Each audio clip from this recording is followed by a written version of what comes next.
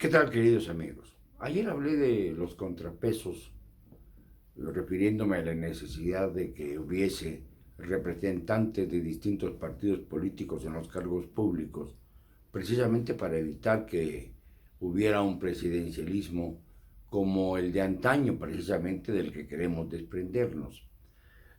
A cambio de ello recibí algunas críticas, no muchas, pero sí algunas preocupantes, en el sentido de que ya que hay democracia ahora, que por primera vez hay democracia en este país, no se necesitan los contrapesos. Esta es una barbaridad.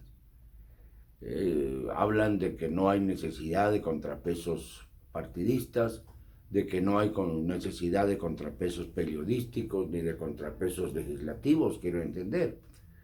Y esto es algo que resulta sumamente preocupante. ¿Por qué?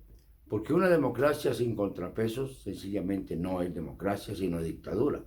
Y no estoy ofendiendo a nadie. La democracia no se puede dar sin contrapesos porque somos muchos los que opinamos. No podemos tampoco segregar a aquellos que no coinciden con el gobierno del país, con el gobierno de la República o con la administración estatal o con la administración federal, porque entonces sería también romper el Estado de Derecho en favor de una aparente mayoría que no siempre ejerce criterios sanos. A veces la mayoría se deja manipular, a veces la mayoría sí impone derroteros que debe obedecer el presidente de la República o cualquier mandatario de los estados. Esto es claro para quienes hemos tenido la fortuna de estudiar un poquito el tema, pero hay que hacérselo saber a los radicales, a quienes no quieren contrapesos actuales y sin darse cuenta abogan por una dictadura, que desde luego no está en la mente de, quiero yo pensar, de la mayor parte de los mexicanos. Habría que hacer un análisis mucho más profundo para saber si de verdad la mayoría en México está a favor de una dictadura, no necesariamente una tiranía, que eso es otra cosa. Una dictadura en la que la voluntad de un solo hombre prevalezca sobre la voluntad de cualquiera otro y que no se escuchen las opiniones de los demás. La democracia consiste en que el mandante, el pueblo, la soberanía popular, impone las decisiones al mandatario. Le muestra el derrotero, no con el 1% del padrón, como ocurrió lamentablemente en Baja California en la consulta que se hizo para ver si el periodo gubernamental aumenta de 2 a 5 años, 2 por lo que se votó mañosamente gracias a la intervención del panismo y de Kiko Vega de la Madrid, el actual gobernador, quien debiera también ser llevado a juicio, porque lo que hizo fue para evitar que, como ya venía la marabunta morenista, pudiera cumplir un ejercicio pleno el gobernador de Baja California. Pero la ley se le opone. Y entonces aquí está el conflicto entre la lógica y el poder. Y el poder y también la ley. Sencillamente no podemos negar que estamos ante una crisis profunda, no solamente en lo económico, que ya lo anunció así el secretario de Hacienda, dada la globalización de la recesión, pero también en México hemos tenido nuestra propia recesión por las fallas administrativas que hemos ido arrastrando desde hace años. No todo nos viene del exterior, como falsariamente pretenden decirnos los que están en la cúpula del mando financiero.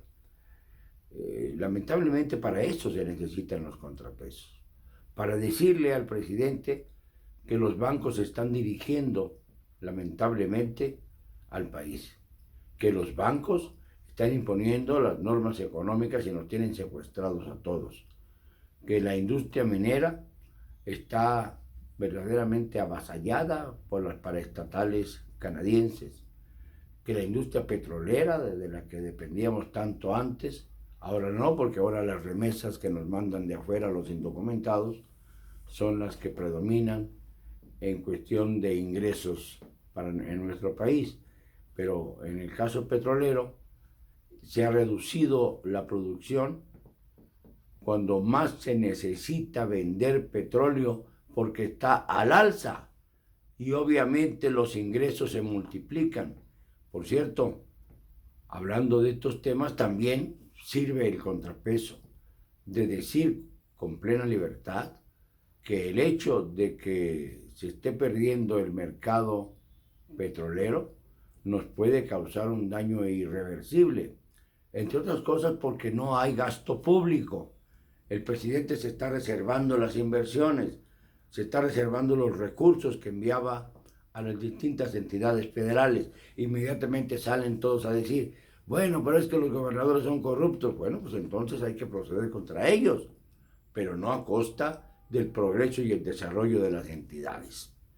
Hay que enviar los recursos, hay que mover la cartera, señor presidente, porque de otra manera el país se paraliza. De esto es realmente de lo que surge la necesidad de establecer contrapesos, siquiera periodísticos.